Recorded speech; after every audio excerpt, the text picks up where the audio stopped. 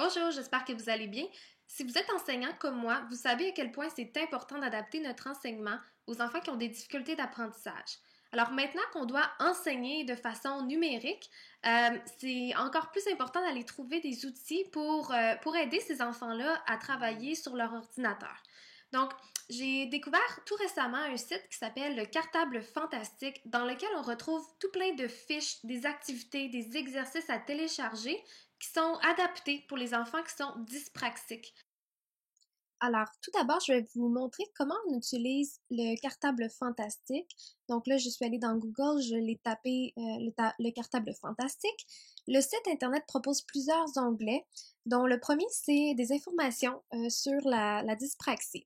En fait, la dyspraxie, c'est un trouble de la coordination motrice, ce qui fait en sorte que certains élèves qui sont atteints de ce trouble-là ont de la difficulté à faire le mouvement de la lecture avec les yeux, ce qui fait en sorte que quand ils lisent, les yeux ne suivent pas nécessairement. Donc, ils se perdent un petit peu dans leur lecture. Alors, je vais vous montrer un exemple d'un texte qu'on va télécharger dans les textes gratuits que le site propose, Jack et le haricot magique. Alors là, je l'ai téléchargé en format Word, mais je vais aller l'ouvrir avec le programme qu'on appelle LibreOffice. LibreOffice, je vais vous montrer comment on va le télécharger un petit peu plus tard dans la vidéo. Donc là, je vais aller ouvrir un nouveau document. Donc, le document que je viens de télécharger, c'est le texte de Jack et l'haricot magique. Et je vais vous montrer comment est-ce qu'on peut aider l'enfant à aller lire ce texte-là avec les outils qu'on offre. Donc, on a plusieurs tableaux. On a le tableau lire, le tableau écrire, maths et la barre tableau. Donc, on a plusieurs options. Pour la barre de lecture, là, vous voyez que j'ai cliqué sur l'option colorier les lignes. Alors, automatiquement, le texte va se colorier de 3 couleurs différentes, ce qui offre vraiment un outil pour l'enfant dyspraxique ça va vraiment l'aider à aller se repérer dans le texte pour ne pas oublier à quelle ligne qu'il était rendu. Ça l'aide à guider son regard un petit peu. Ensuite, on peut aussi aller mettre des chiffres en couleur si on avait besoin d'écrire avec des chiffres. Et on peut encadrer le texte, donc comme ce que je viens de faire en ce moment. Je suis en train d'encadrer le texte.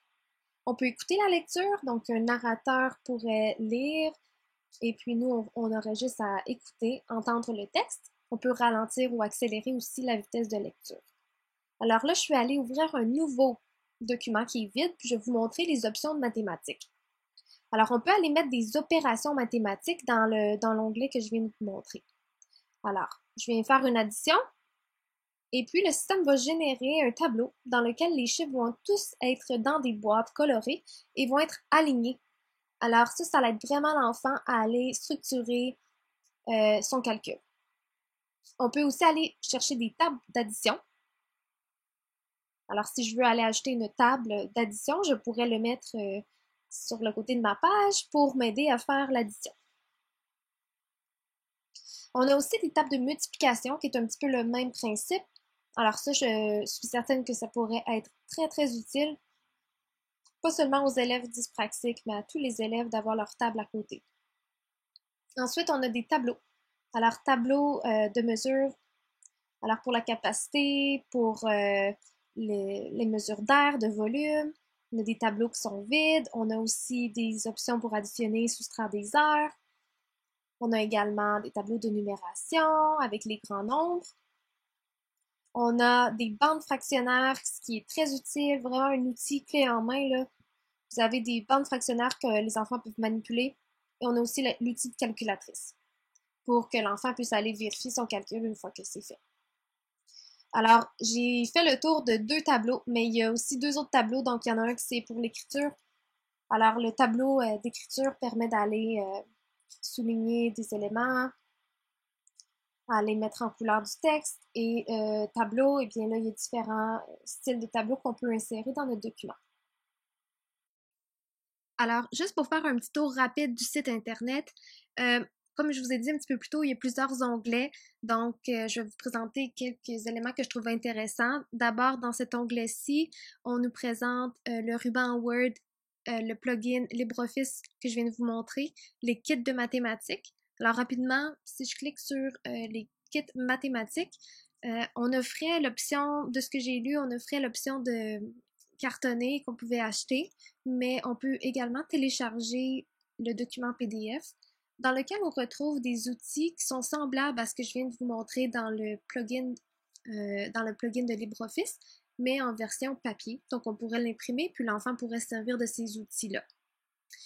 Ensuite, on a d'autres informations pour aider à l'enfant, pour aider l'enfant dyspraxique à s'adapter. Donc ça peut être un guide intéressant pour les parents ou les enseignants.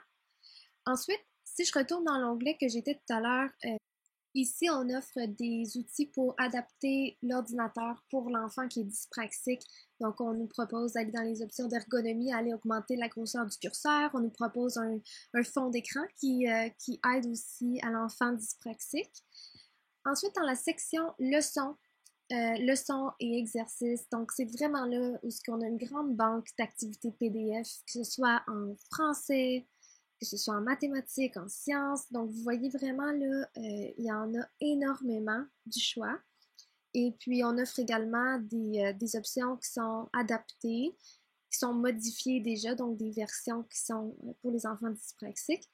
Comme vous pouvez voir, ce sont surtout des niveaux, c'est classé par niveau comme on retrouve en France, là, donc c'est pas le même système qu'au Québec ou en Ontario, mais ça peut être vraiment intéressant. Alors maintenant, pour aller dans Google, on va aller dans Google et je vais vous montrer comment est-ce qu'on télécharge LibreOffice. Donc vous allez aller taper ça, Download LibreOffice, et vous allez le télécharger. Alors, vous pouvez le télécharger et ensuite, une fois que c'est téléchargé, vous retournez sur le site du Cartable Fantastique. Vous allez dans la section Plugin LibreOffice parce qu'on veut aller chercher l'extension de LibreOffice. Alors, c'est peut-être la partie la plus complexe, un petit peu, de télécharger l'extension pour vous assurer que ça fonctionne bien sur votre programme LibreOffice. Mais vous pouvez cliquer sur le lien qui est là, juste ici, en tout cas sur le mot ici, et ça va se télécharger. Il faut également suivre les instructions qu'on vous propose, là. Mais une fois que ce sera téléchargé, vous allez pouvoir ouvrir LibreOffice. Vous allez voir un onglet qui s'appelle Cartable Fantastique qui va apparaître et vous pourrez aller chercher vos tables, comme je vous ai montré un petit peu plus tôt.